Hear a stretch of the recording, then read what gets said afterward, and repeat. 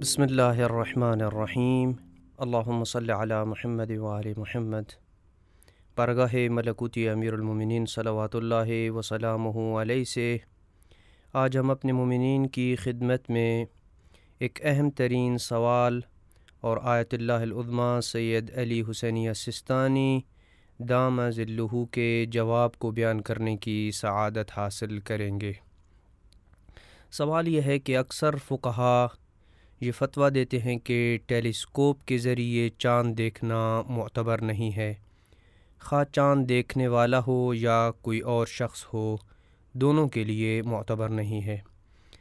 جبکہ کچھ لوگ اس فتویٰ کا سبب پوچھتے ہیں کہ روایات میں جو لفظ رؤیت مذکور ہے،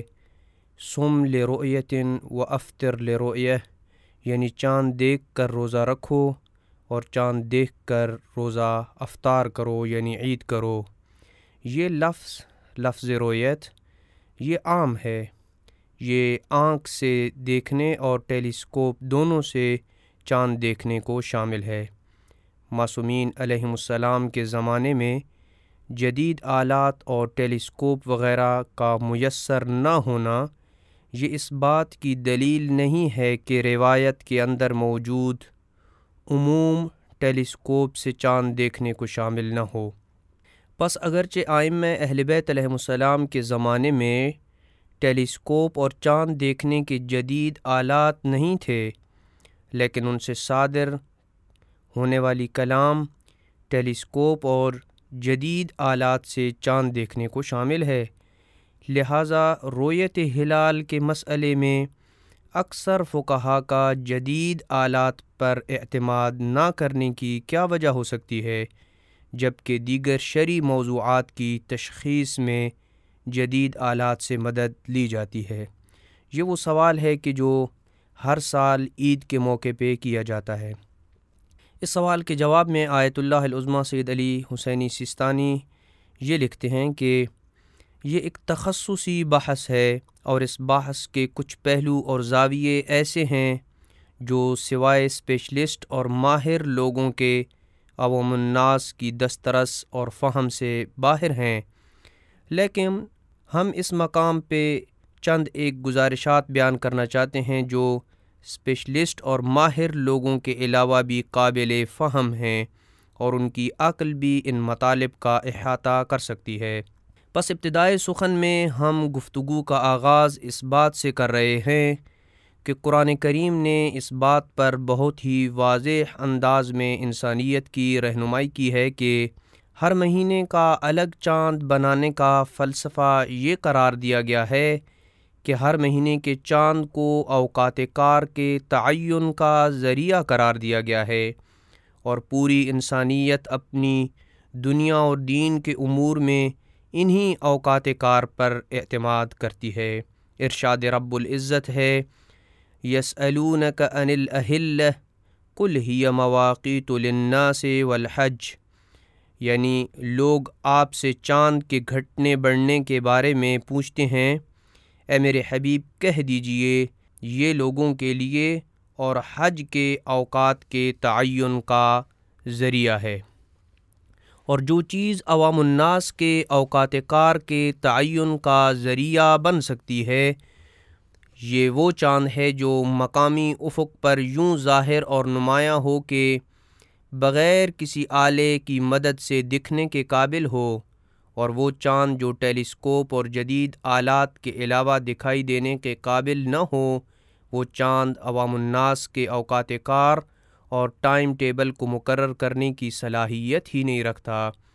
کیونکہ اس کی رؤیت عوام الناس کی دسترس میں نہیں ہے۔ بالفاظ دیگر یوں کہوں کہ کسی بھی مہینے کی پہلی اور بعد کی راتوں میں چاند دیکھنے کا حکم گھڑی کی سوئیوں کی طرح ہے، جس طرح گھڑی کی سوئیوں کی گردش شب و روز کے اوقات کا تعین کرتی ہیں، اسی طرح چاند کا مختلف صورتوں اور حالات میں ہونا یہ قمری مہینوں میں راتوں کی تعداد کا تعین کرنے کا ذریعہ ہیں۔ اور چاند کے مختلف حالات یوں پیدا ہوتے ہیں کہ جوں جوں راتیں گزرتی جاتی ہیں چاند بڑھتا رہتا ہے اور پھر ایک وقت آتا ہے کہ کم ہونا شروع ہو جاتا ہے، یہاں تک کہ چاند اس مرحلے تک آ پہنچتا ہے کہ جب ایک اسلامی ماہ مکمل ہوتا ہے تو چاند واپس اپنے اصلی مقام پر آ جاتا ہے، اور جہاں وہ زمین و سورج کے بالکل درمیان ہوتا ہے، اور چونکہ چاند پر سورج کی روشنی اس سمت سے پڑ رہی ہوتی ہے جو حصہ زمین کے سامنے نہیں ہوتا، اس لیے چاند نظر نہیں آتا، اور ان تینوں سیاروں کی اس حالت کو محاق کے نام سے تعبیر کیا جاتا ہے۔ اور قرآن مجید میں چاند کے گھٹنے بڑھنے کو جو عوام الناس کے اوقات اور ٹائم ٹیبل کے تعین کا ذریعہ قرار دیا گیا ہے، اس کا معنی یہ ہے کہ چاند کا مختلف مراحل میں ہونا گویا کہ ایک آسمانی آلے کی مانند ہے جو عوام الناس کے لیے دکھائی دینے والا ہوتا ہے، اور اس آسمانی آلے کے مختلف مراحل اور مختلف حالات کی طرف رجوع کرنے سے وہ اپنے دین اور دنیا کے معاملات کو منظم کر سکتے ہیں، اور یہ چیز اس بات کا تقاضا کرتی ہے کہ چاند عوام الناس اور ہر ایک کے لیے دکھنے کے قابل ہو۔ پس رویت ہلال میں معیار یہ ہوا کہ عوام الناس اور ہر ایک کے لیے چاند کی رویت میسر ہو سکے، نہ کہ فقط ان لوگوں کے لیے چاند دکھائی دینے کے قابل ہو جو مصنوعی آلات جیسے ٹیلیسکوپ رکھتے ہوں، اور وہ ٹیلیسکوپ افق پر چاند کی موجودگی کو عیاں کر دے، جبکہ جن کے پاس ٹیلیسکوپ نہ ہوں ان کے لیے آنکھ سے چاند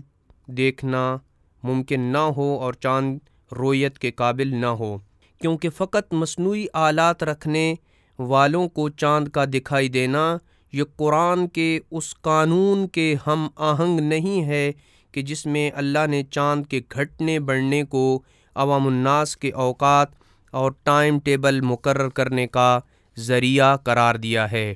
ہم چاند کے گھٹنے بڑھنے کو لوگوں کے ٹائم ٹیبل مقرر کرنے کا اس وقت ہی ذریعہ قرار دے سکتے ہیں جب اس کی رویت ہر بندے کی دسترس میں ہو۔ اگر کچھ لوگ آلات سے چاند دیکھ لیں اور کچھ کو چاند آنکھ سے نظر نہ آئے تو یہ چاند لوگوں کے اوقات کار کو معین کرنے کا ذریعہ نہیں بن سکتا ہے۔ بس یہاں تک کہ گفتگو سے یہ بات بھی معلوم ہو جاتی ہے کہ چاند ثابت کرنے میں ٹیلیسکوپ وغیرہ کو معتبر نہ سمجھنا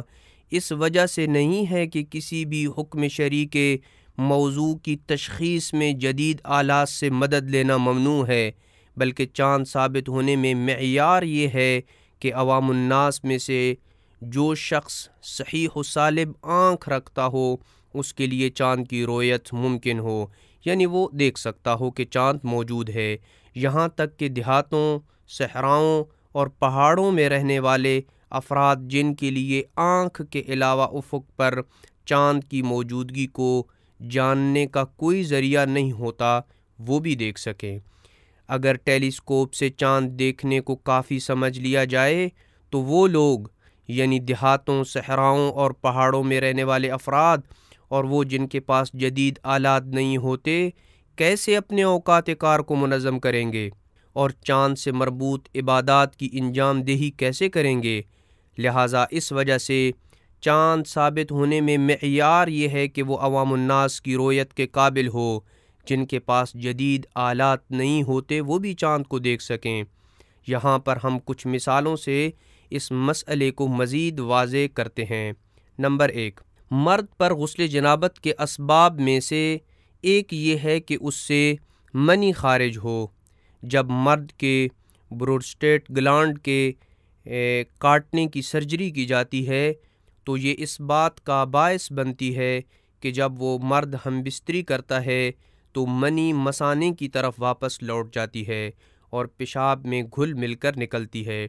پس اگر اس مرد کے پیشاب کا سیمپل لیا جائے اور لیبارٹری میں مائکروسکوپ کے ذریعے یہ معلوم ہو جائے کہ پیشاب کے سیمپل میں منی کے چھوٹے چھوٹے ذرات موجود ہیں،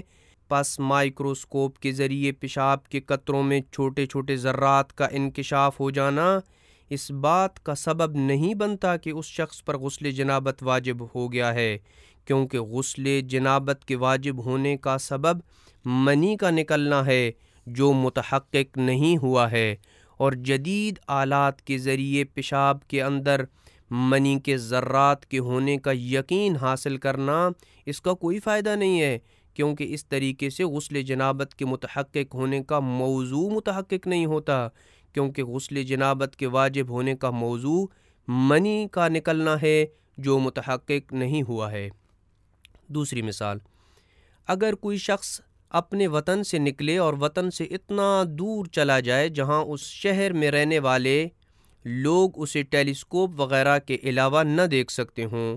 یا اس شہر میں دی جانے والی آذان کو وہ مسافر سوائے ایسے آلات کے نہ سن سکتا ہو جو آلات دور جگہوں سے آواز کو کھینچ کر انسان کے قریب کر دیتے ہیں، اب یوں نہیں کہا جائے گا کہ چونکہ اس مسافر کو ٹیلیسکوپ کے ذریعے دیکھنا ممکن ہے، لہٰذا جب تک یہ مسافر اتنا دور نہیں چلا جاتا کہ ٹیلیسکوپ کے ذریعے بھی نہ دکھائی دے، اس وقت تک اس کی حد ترخص نہیں آئے گی۔ ایسا نہیں کہا جا سکتا، بلکہ اس کی حد ترخص وہ جگہ ہے جہاں اس شہر کے رہنے والے بغیر آلات کے اسے آنکھ کے ذریعے نہ دیکھ سکیں۔ اور ایک رائے کے مطابق حد ترخص یہ ہے کہ اس مسافر کی حد ترخص وہ جگہ ہوگی جہاں شہر میں دی جانے والی آذان کو وہ بغیر آلات کے اپنے کانوں سے نہ سن سکے، لہٰذا سفر میں نماز کے قصر ہونے اور ماہ مبارک میں روزے کے افطار کرنے کے حکم کا موضوع وطن سے اس حد تک دور جانا ہے کہ جہاں شہر کے لوگ بغیر آلات کے اپنی آنکھوں سے اسے نہ دیکھ سکیں، اور سفر میں نماز کے قصر اور روزے کے افطار جیسے حکم کا موضوع یہ امور نہیں ہیں کہ کسی آلے کے ذریعے بھی وہ نہ دکھائی دے یا کسی آلے کے ذریعے وہ آذان نہ سن سکے، تو تب مسافر نماز قصر کرے گا اور روزہ افطار کر سکے گا۔ تیسری مثال، جب مچھلی سے خون صاف کیا جائے تو وہ خون اگرچہ پاک ہے، اگرچہ اس کا کھانا حرام ہے، جو خون کے چھوٹے چھوٹے ذرات مچھلی کے اندر رہ جاتے ہیں وہ پاک ہے، لیکن اس کا کھانا حرام ہے۔ اب اگر مچھلی کو مائکروسکوپ کے نیچے رکھا جائے تو خون کے انتہائی چھوٹے چھوٹے ذرات دکھائی دیتے ہیں جو ظاہری آنکھ سے نظر نہیں آتے۔ مائکروسکوپ سے چھوٹے چھوٹے ذرات کو دیکھ لینا اس بات کی دلیل نہیں ہوگی کہ مچھلی کو کھانا حرام ہے کیونکہ اس پر چھوٹے چھوٹے ذرات ہیں، بلکہ اس مچھلی کو کھانا جائز ہے، اور مائکروسکوپ کے ذریعے دکھائی دینے والے ذرات مچھلی کو کھانے سے مانے نہیں ہیں، کیونکہ خون کو کھانے کی حرمت کا موضوع یہ چیز ہے کہ وہ خون عام لوگوں کی نگاہ میں خون شمار ہو، اور اس مثال میں چھوٹے چھوٹے ذرات جنہیں مائکروسکوپ کے علاوہ دیکھنا ممکن نہیں ہے انہیں عام لوگ خون نہیں کہتے کہ ان کا کھانا حرام ہو۔ یہ بیان کردہ موارد اور یہ مثالیں جو ہم نے ذکر کی ہیں کچھ دیگر موارد سے مختلف ہیں جن میں جدید آلات حکم شرعی کے موضوع کے متحقق ہونے یا اس کے متحقق ہونے کا یقین حاصل کرنے میں اثر انداز ہو سکتے ہیں، اور ذیل میں ہم اس کی چند مثالیں بیان کر رہے ہیں جہاں جدید آلات کسی بھی حکم شرعی کے موضوع کی تشخیص میں اثر انداز ہو سکتے ہیں۔ نمبر 1، اگر کسی کو پانی کے گلاس میں نجاست کے گر جانے کا شک ہو، پس جب اس نے آنکھ سے دیکھا تو اسے ظاہری طور پر کوئی نجاست نظر نہ آئی، لیکن جب مائکروسکوپ سے دیکھا تو نجاست کا ایک ذرہ نظر آیا جسے ظاہری آنکھ سے تو نہ دیکھا جا سکتا تھا لیکن وہ مائکروسکوپ سے نظر آ گیا۔ اس صورت میں پانی کے نجس ہونے کا حکم لگایا جائے گا، کیونکہ کسی چیز پر نجاست کے حکم لگانے کا موضوع یہ ہے کہ وہ چیز نجاست سے جا ملے، چاہے نجاست کا ایک ذرہ ہی جا ملے، اور مائکروسکوپ کے ذریعے اس چیز کا یقین کرنا ممکن ہے کہ نجاست کا ایک ذرہ پانی سے مل گیا ہے، لہٰذا وہ پانی نجس شمار ہوگا۔ نمبر 2،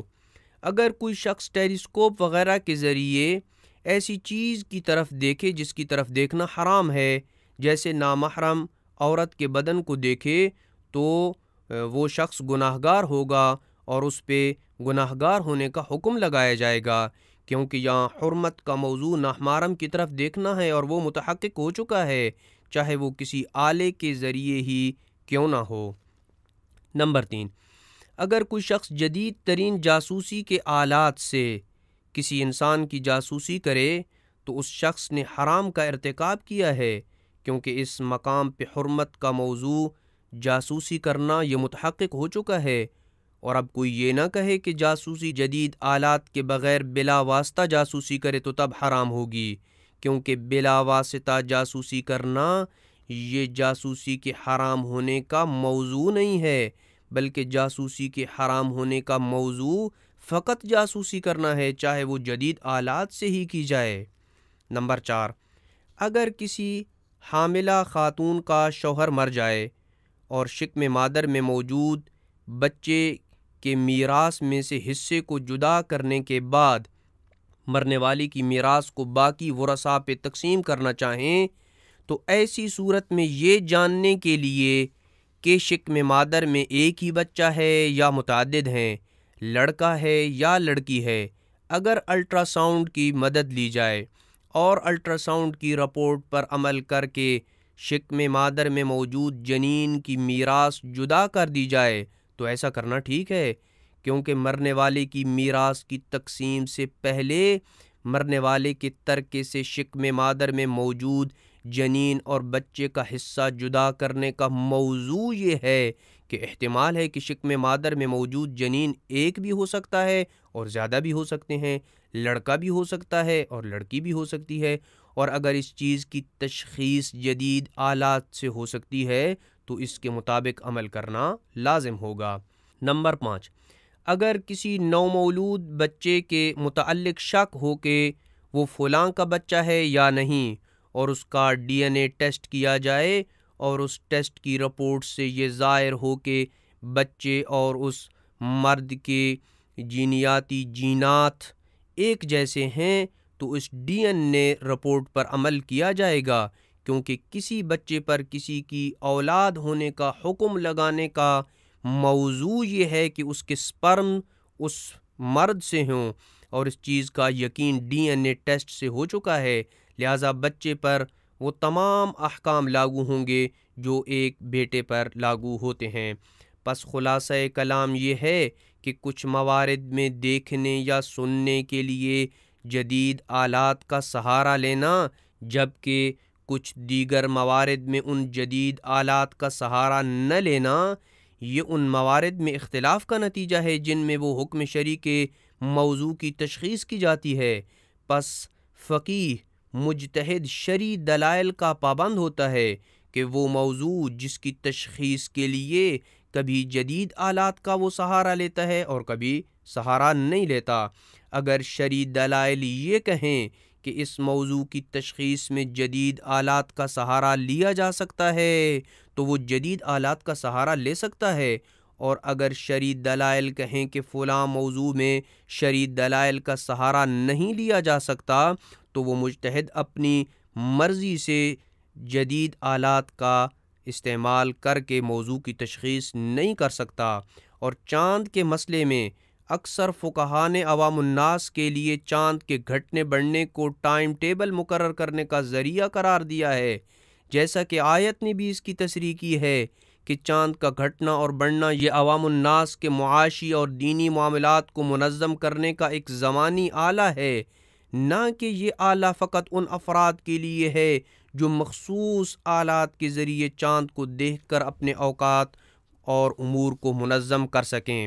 پس یہاں سے یہ بھی معلوم ہو گیا کہ اگر ائمہ اہل بیت علیہ السلام کے زمانے میں بھی سائنسی علماء ٹیلیسکوپ بنانے میں کامیاب ہو جاتے تو بھی ائمہ اہل بیت علیہ السلام ٹیلیسکوپ سے چاند ثابت کرنے والی رائے پر عمل نہ کرتے، اور یہ اس وجہ سے نہیں ہے کہ جدید آلات کی اہمیت کو کم کرنا مقصود ہے، بلکہ اس وجہ سے ہے کہ وہ چاند جو عام لوگوں کے لیے قابل رؤیت نہیں ہے وہ ان کے اوقات کو معین کرنے کا ذریعہ نہیں بن سکتا ہے۔ اس قرینے سے یہ بات طے ہو جاتی ہے کہ روزہ رکھنے اور نہ رکھنے کی جو نصوص ہیں ان میں مذکور لفظ رؤیت یعنی دیکھنا مقامی افق پر چاند کے ظاہر ہونے تک پہنچنے کا ایک راستہ ہے، بے ایمانہ کہ وہ آنکھ سے دیکھنے کے قابل ہو۔ یہاں تک کہ گفتگو سے